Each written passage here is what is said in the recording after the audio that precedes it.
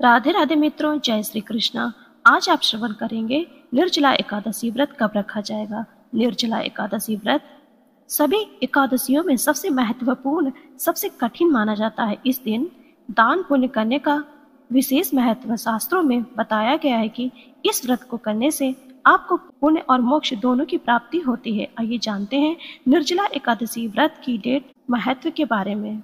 निर्जला एकादशी साल भर की प्रमुख एकादशी तिथियों में से एक मानी जाती है। निर्जला एकादशी का व्रत सभी एकादशियों में सबसे कठिन माना जाता है। इस व्रत को बिना पानी पिए निर्जला व्रत रखा जाता है, इसलिए यह व्रत सभी एकादशियों में सबसे कठिन माना जाता है। निर्जला एकादशी का व्रत इस बार 18 जून को रखा जाएगा। 19 जून को व्रत का पारण किया जाएगा। पौराणिक मान्यताओं के अनुसार बताया गया है कि इस व्रत को भीम ने भी रखा था, इसलिए इस व्रत को भीमसेनी एकादशी के नाम से भी जाना जाता है। कहते हैं कि इस एकादशी का व्रत करने से भगवान विष्णु शीघ्र प्रसन्न होते हैं और आपका हर कष्ट दूर करते हैं। आइए जानते हैं निर्जला एकादशी व्रत का शुभ मुहूर्त, महत्व और पूजा विधि। विष्णु पुराण के अनुसार निर्जला एकादशी का महत्व बहुत ही खास माना जाता है कि इस एकादशी का व्रत करने से आपको सभी एकादशियों का व्रत का फल प्राप्त होता है। बताया जाता है कि 5 पांडवों में से एक भीम ने निर्जला एकादशी का व्रत बिना पानी पिए भगवान विष्णु का व्रत किया था, इसलिए उन्हें मोक्ष और लंबी आयु की प्राप्ति हुई थी। इसलिए इस व्रत को भीमसेनी एकादशी भी कहा जाता है। इस व्रत को करने से आपके घर में पैसों की तंगी भी खत्म होती है और माँ लक्ष्मी की विशेष कृपा बनी रहती है। निर्जला एकादशी का शुभ मुहूर्त। निर्जला एकादशी का आरंभ 17 जून को सुबह 4:43 से हो जाएगा और इसके बाद 18 जून को सुबह 6:24 तक रहेगी। निर्जला एकादशी का व्रत 18 जून को रखा जाएगा और इस व्रत का पारण अगले दिन 19 जून को दान पुण्य करने के बाद होगा।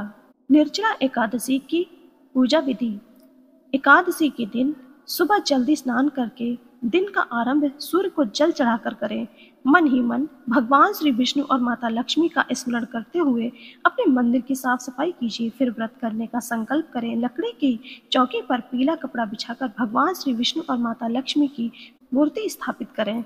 मूर्ति को गंगा जल स्नान करवाएं और उसके बाद भोग आरती के साथ पूजा विधि से पूजा करें। भगवान को पीले फल, पीले फूल, पीले अक्षत और माता लक्ष्मी को खीर का भोग लगाएं। विष्णु सहस्त्रनाम और विष्णु चालीसा का पाठ करें। फिर पूरे दिन श्रद्धा भाव से भगवान का व्रत करें और पूजा पाठ में मन लगाएं। प्रिय श्रोताओं, आइए श्रवण करते हैं एकादशी व्रत का इतिहास। एक बार बहुभोजी भीमसेन ने व्यास जी के मुख से प्रत्येक एकादशी को निराहार रहने का नियम सुनकर विनम्र भाव से निवेदन किया कि महाराज, मुझसे कोई व्रत नहीं किया जाता। दिन भर बड़ी तीव्र क्षुधा बनी ही रहती है, अतः आप कोई ऐसा उपाय बताएं जिसके प्रभाव से स्वतः ही सद्गति हो जाए। तब व्यास जी ने कहा कि तुमसे वर्ष भर की संपूर्ण एकादशी नहीं हो सकती तो केवल एक निर्जला एकादशी कर लो, इसी से साल भर की एकादशी करने के समान फल प्राप्त हो जाएगा। तब भीम ने वैसा ही किया और स्वर्ग को गए। इसलिए यह एकादशी भीमसेनी एकादशी के नाम से भी जानी जाती है। निर्जला एकादशी का महत्व। निर्जला एकादशी यानी बिना जल ग्रहण किए और उपवास रखकर किया जाता है, इसलिए यह व्रत कठिन तप और साधना के समान महत्व रखता है। हिंदू पंचांग के अनुसार वृषभ और मिथुन संक्रांति के बीच शुक्ल पक्ष की एकादशी निर्जला एकादशी कहलाती है। इस व्रत को भीमसेन एकादशी या पांडव एकादशी के नाम से भी जाना जाता है। पौराणिक मान्यता है कि 5 पांडवों में से एक भीमसेन ने इस व्रत का पालन किया था और बैकुंठ को गए थे, इसलिए इसका नाम भीमसेनी एकादशी भी हुआ। सिर्फ निर्जला एकादशी का व्रत कर लेने से अधिक मास की 2 एकादशियों सहित साल की 25 एकादशी व्रत का फल मिलता है। जहां साल भर की अन्य एकादशी व्रत में आहार संयम का महत्व है, वहीं निर्जला एकादशी के दिन आहार के साथ ही जल का संयम भी जरूरी है। इस व्रत में जल ग्रहण नहीं किया जाता है, यानी निर्जल रहकर व्रत का पालन किया जाता है। यह व्रत मन को संयम सिखाता है और शरीर को नई ऊर्जा देता है। यह व्रत पुरुष व महिलाओं दोनों द्वारा किया जाता है। व्रत का विधान है, दिन भर इन बातों का ध्यान रखें। पवित्रीकरण के समय जल आचमन के अलावा अगले दिन सूर्योदय तक पानी नहीं पिए। दिन भर कम बोले और हो सके तो मौन रहने की कोशिश करें। दिन भर ना सोएं, ब्रह्मचर्य का पालन करें, झूठ ना बोले, गुस्सा और विवाद में ना पड़े। आइए श्रवण करते हैं निर्जला एकादशी व्रत की पावन व्रत कथा। जब वेद व्यास ने पांडवों को चारों पुरुषार्थ धर्म, अर्थ, काम और मोक्ष देने वाले एकादशी व्रत का संकल्प कराया था, तब युधिष्ठिर ने कहा, जनार्दन, ज्येष्ठ माह के शुक्ल पक्ष में जो एकादशी पड़ती है, कृपया उसका वर्णन कीजिए। भगवान श्री कृष्ण ने कहा, हे राजन, इसका वर्णन परम धर्मात्मा व्यास जी करेंगे, क्योंकि ये संपूर्ण शास्त्रों के तत्वज्ञ हैं और वेदांगों के पारंगत विधान है।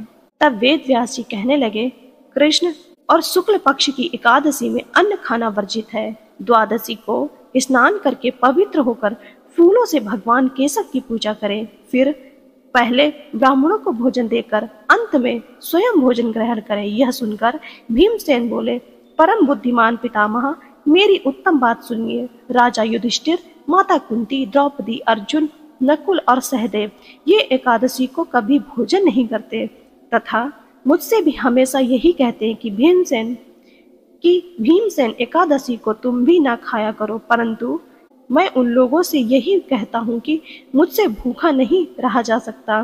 भीमसेन की बात सुनकर व्यास जी ने कहा, यदि तुम नरक को दूषित समझते हो, तुम्हें स्वर्ग लोक की प्राप्ति अभिष्ट है, और तो दोनों पक्षों की एकादशियों के दिन भोजन नहीं करना। भीमसेन बोले, महाबुद्धिमान पितामह, मैं आपके सामने सच कहता हूँ, मुझसे एक बार भोजन करके भी व्रत नहीं किया जा सकता, तो फिर उपवास करके मैं कैसे रह सकता हूँ। मेरे उदर में व्रत नामक अग्नि सदा प्रज्वलित रहती है, अतः जब मैं बहुत अधिक खाता हूँ तभी यह शांत होती है। इसलिए महामुनि, मैं पूरे वर्ष भर में केवल एक ही उपवास कर सकता हूँ, जिससे स्वर्ग की प्राप्ति सुलभ हो तथा जिसके करने से मैं कल्याण का भागी हो सकूं। ऐसा कोई एक व्रत निश्चय करके बताइए, मैं उसका यथोचित रूप से पालन करूंगा। व्यास जी ने कहा, भीम, ज्येष्ठ माह में सूर्य वृष राशि पर हो तथा मिथुन राशि पर शुक्ल पक्ष में जो एकादशी हो, उसका यत्न पूर्वक निर्जल व्रत करो। केवल कुल्ला या आचमन करने के लिए ही मुख में जल डाल सकते हो। उसको छोड़कर किसी प्रकार का जल विद्वान पुरुष मुख में न डालें, अन्यथा व्रत भंग हो जाता है। एकादशी को सूर्योदय से लेकर दूसरे दिन के सूर्योदय तक मनुष्य जल का त्याग करे तो यह व्रत पूर्ण होता है। इसके बाद द्वादशी को प्रभात काल में स्नान करके ब्राह्मणों को विधि पूर्वक जल सुवर्ण का दान करके, इस प्रकार सब कार्य पूरा करके जितेंद्रिय पुरुष ब्राह्मणों के साथ भोजन करें। वर्ष भर में जितनी एकादशियां होती हैं, उन सब का इस निर्जला एकादशी से मनुष्य फल प्राप्त कर लेता है। इसमें तनिक भी संदेह नहीं है। शंख चक्र और गदा धारण करने वाले भगवान केशव ने मुझसे कहा था कि यदि मानव सबको छोड़कर एकमात्र मेरी शरण में आ जाए और एकादशी को निराहार रहे तो वह सब पापों से छूट जाता है। कुंती नंदन, निर्जला एकादशी के दिन श्रद्धालु स्त्री पुरुषों के लिए जो विशेष दान और कर्तव्य विहित हैं, उन्हें सुनो। उस दिन जल में शयन करने वाले भगवान विष्णु का पूजन, जलमयी धेनु यानी पानी में खड़ी गाय का दान करना चाहिए। सामान्य गाय या घी से बनी गाय का दान भी किया जा सकता है। इस दिन दक्षिणा और कई तरह की मिठाइयों से ब्राह्मणों को संतुष्ट करना चाहिए। उनके संतुष्ट होने पर श्री हरि मोक्ष प्रदान करते हैं। जिन्होंने श्री हरि की पूजा और रात्रि में जागरण करते हुए इस निर्जला एकादशी का व्रत किया, उन्होंने अपने साथ ही बीती हुई 100 पीढ़ियों को और आने वाली 100 पीढ़ियों को भगवान वासुदेव के परम धाम में पहुंचा दिया। निर्जला एकादशी के दिन अन्न, वस्त्र, गौ, जल, शया, सुंदर आसन, कमंडल तथा छाता दान करने चाहिए। जो ज्येष्ठ तथा सुपात्र ब्राह्मण को जूता दान करता है, वह सोने के विमान पर बैठकर स्वर्गलोक में प्रतिष्ठित होता है। जो इस एकादशी की महिमा को भक्ति पूर्वक सुनता अथवा उसका वर्णन करता है, वह स्वर्गलोक में जाता है। चतुर्दशी युक्त अमावस्या को सूर्य ग्रहण के समय श्राद्ध करके मनुष्य जिस फल को प्राप्त करता है, वही फल इस कथा को सुनने से भी मिलता है। भीमसेन, ज्येष्ठ मास में शुक्ल पक्ष की जो शुभ एकादशी होती है, उस एकादशी पर निर्जल व्रत करना चाहिए। उस दिन श्रेष्ठ ब्राह्मणों को शक्कर के साथ जल के घड़े दान करने चाहिए। ऐसा करने से मनुष्य भगवान विष्णु के समीप पहुंचकर आनंद का अनुभव प्राप्त करता है। इसके बाद द्वादशी को ब्राह्मण भोजन कराने के बाद स्वयं भोजन करें। जो इस प्रकार पूर्ण रूप से पाप नाशिनी एकादशी का व्रत करता है, वह सब पापों से मुक्त हो आनंदमय पद को प्राप्त होता है। यह सुनकर भीमसेन ने भी इस शुभ एकादशी का व्रत आरंभ कर दिया। प्रिय श्रोताओं, आप सभी पर भगवान श्री हरि की कृपा बनी रहे। आप सभी का जीवन मंगलमय हो। राधे राधे मित्रों, जय श्री कृष्णा।